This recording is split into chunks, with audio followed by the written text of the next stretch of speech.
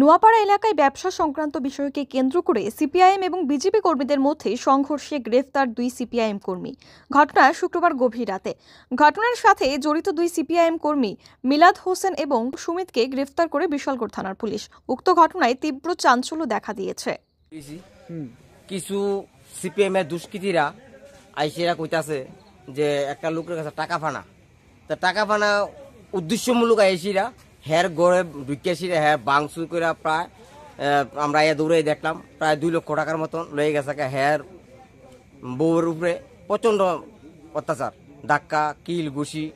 তারপরে যে আমরা সবাই পার্টি বিস্তায় দেখলাম, দেখে এসে তারা ধরলাম ধরেছিরা। আমরা মনে করলাম যে না, আমরা কোনো হাতে, যেহেতু আমরা বিজেপি কর্মী এবং আমি একজন মেম্বার, তার জন্য আমরা কারোর কিছু না করেছি। আমরা পুলিশ প্রশাসনের ডাকাইয়া আমরা ওদের প্রশাসনের হাতে তুলে দিচ্ছি তাদেরকে। তারা বলছে যে এই গ্রামে কি নাকি বিজেপি করতে পারবো না কেউ, তার শেষ কথা।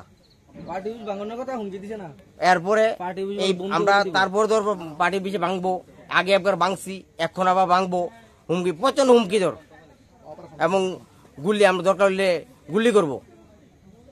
এই কতজন আসলো? তারা প্রায় 15-20 জন। আচ্ছা, তারা কি চিনতে পারছেন? হ্যাঁ, আমরা মোটামুটি 2-4 জনে চিনতে পারছি। আচ্ছা, পুলিশ আইয়া কি কইছে? পুলিশে এসেরা আমরা সবাই মহিলা সহ তাদেরকে ধরছে। ধরার পরে মহিলা সবাই আমরা ধরে এসে রাখছি।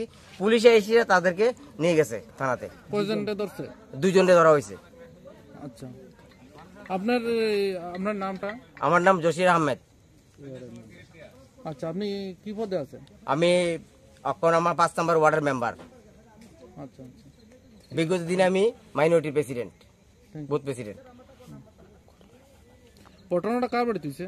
ঘটনা হয়েছে সাদ্দাম হোসেনের বাড়িতে। হ্যাঁ, বাবার নাম হয়েছে শানু মিয়া। আচ্ছা, এটা কত নম্বর ওয়ার্ড? 5 নম্বর ward. Bureau report, PV north east.